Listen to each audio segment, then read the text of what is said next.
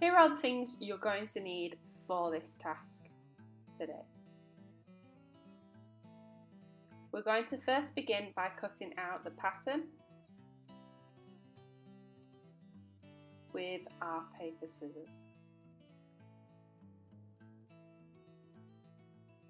Then we're going to put the pattern onto the wrong side of the fabric that's on the inside, and you're going to put it onto the corner of that piece of fabric. You're then going to use the pins to pin the pattern onto the fabric, being sure not to bring the pin back up and hit our fingers. Go around the whole of the pattern, ensuring that the pattern is nice and flat against the fabric. Once you have done this, use tailor's chalk that shows, so it should be a contrasting colour, to outline your pattern.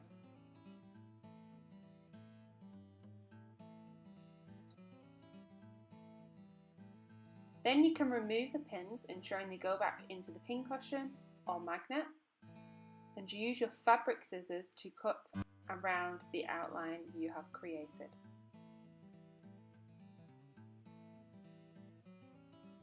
Then you're going to choose the thread that you would like.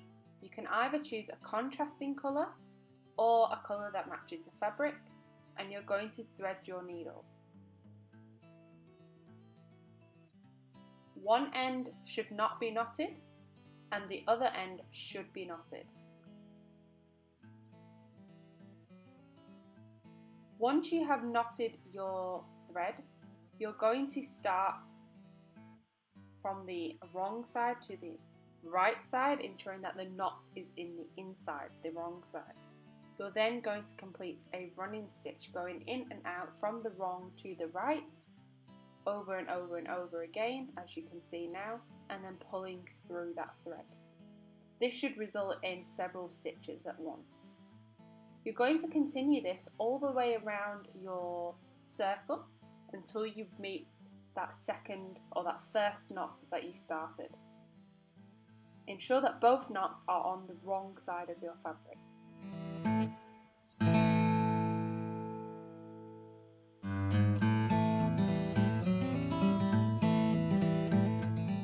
Then you can start to pull those two tails together, and it should start to gather like a shower cap. Then you stuff your pin cushion with the fluff and pull the two tails tightly. This is where you might need 4 sets of hands rather than 2 to make sure that that is pulled nice and tightly and secured.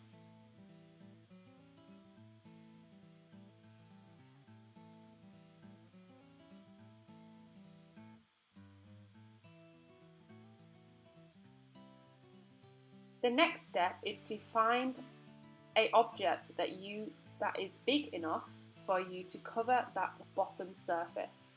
For instance, in this video I have used another spool of thread and I've outlined around it on the fabric using tailor's chalk.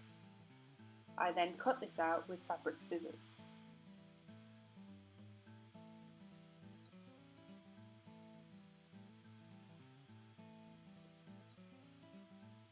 Then what you're going to do is place it onto the base of your pincushion, thread your needle, and ensure that you enter the wrong side of the fabric first so that the knot is on the underneath side, the side we won't see. Then you're going to ensure that as you're sewing around using the running stitch, you're also catching the actual pincushion itself. Therefore, that extra circle is being secured to the pincushion. Go around the entire circle, ensuring that there is not much space between each stitch to ensure that it's nice and secure to your pincushion.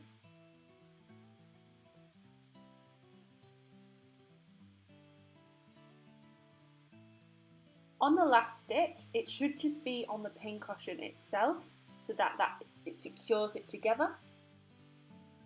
Then you can knot the end, cut off the remaining thread, and then push the thread tail underneath that circle, You may use a pin or your hand sewing needle to help you with this.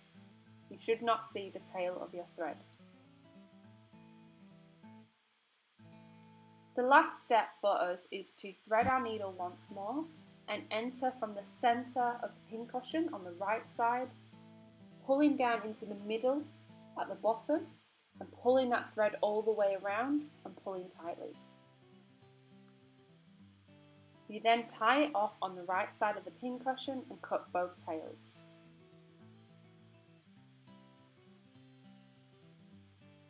The last thing you could do is add a button, ribbon or other ornament to decorate.